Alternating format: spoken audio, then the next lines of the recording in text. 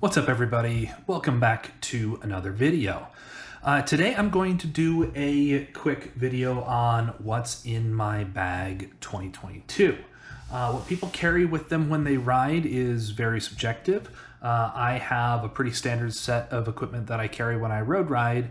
I'll do one at a later time for mountain biking, but wanted to run through what I keep with me on the road bike. So I recently upgraded to an Oru case, a burrito bag.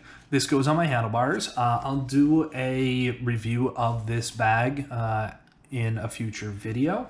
And so we'll unzip it.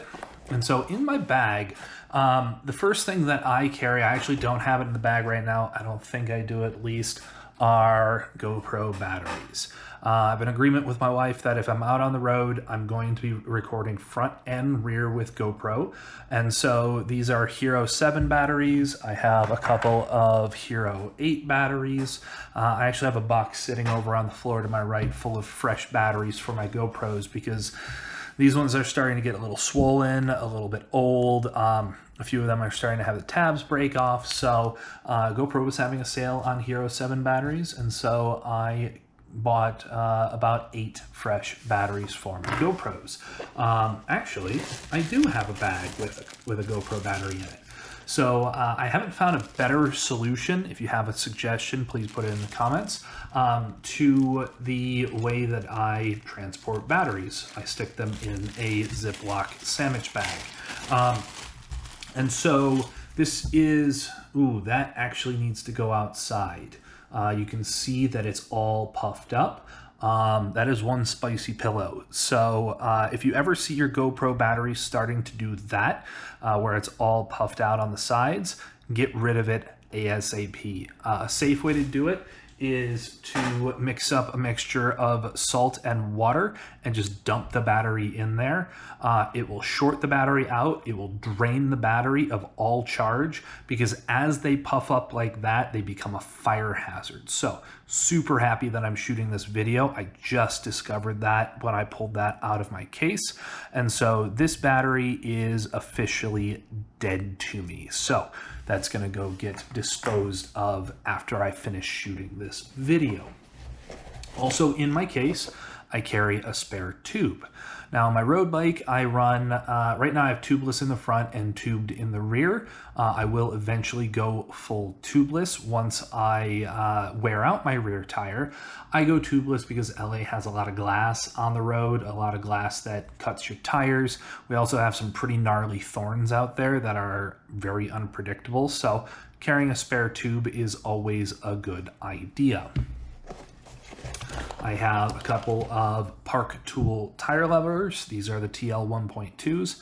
I've probably had these for 20 years, close to it. Yeah, so long as you're gentle on your tire levers, they never break. We will grab my CO2 inflator next. Now, this is ancient. I bought this when I was buying my first bike ever from a shop called Dexter Bike and Sport in Dexter, Michigan. This is made by Pedro's. It used to have a holder on it that stuck out this far to put a 16-gram CO2 cylinder in it. It accepts threaded CO2 cylinders. What I love about this, and I will probably cry if I ever lose it or it breaks on me, is its size. All the modern CO2 inflators are too damn small. I'm 6'4". I have giant hands. And the modern incarnation of CO2 inflators, everybody's going for smaller, lighter, and they think that's better. People with big mitts like me can't manipulate those stupid things. So I will hold on to this until it breaks or until I die, whatever comes first, because this is a good size. You spin in your CO2, it has a lock lever on the back of it, and a big trigger on front. That's the hardest thing for me with modern CO2 inflators, is actuating, because they use that stupid press to fill setup, and I always have to hold the chuck on it to get it to work right. And my hands are just too damn big to do that. So CO2 inflator, very important. This is a new addition to my kit. So this is an auto lock. This is the basic auto lock with the 3-number system on it. So you spin it, you can set it. It has not been on my code, so don't worry. If you see my bike out, don't try and steal it, because I have set a code on this. Super lightweight. I'll do a review of this at a future date. But with my new road bike, which you'll see soon, I want to discourage people that are just opportunist bike thieves that are going to grab it when I set it outside the bathroom when I go into pee, outside of the porta-john. And so this is just to lock the bike up and make it harder for somebody to run off with. It's not going to stop anybody with tools from getting my bike, but it's going to stop somebody that's just going to grab it and try and run off with it.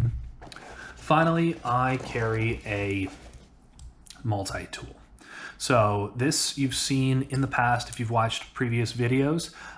This is the Crank Brothers M10. I like this tool. I also have, I think it's the M17, which I bloody hate. I like this one because it has full length tools on it for everything but that 8mm hex. It makes it really easy to get into tight places for tightening up my mountain bike hand controls, tightening up my headset. Sometimes headsets come loose and get a little clunky and you have to tighten those up out on the road. So I carry a multi-tool. I wish it was something lighter. If I could find a Crank Bros that was very similar at a reasonable-ish price that was made out of like titanium, I would jump all over that, because this is a bit of a heavy bucker because it is aluminum in the gold and this is actual steel. So not a lightweight piece, but I'm 245 pounds. So adding a few extra grams to carry this around is not a big deal. So that is what is in my bag in 2022. We'll lay it out again, check to make sure. Yep. So that's what's in my bag. This is my bag that I am currently running, and hope you enjoyed. Have fun, be safe, and get out there and ride.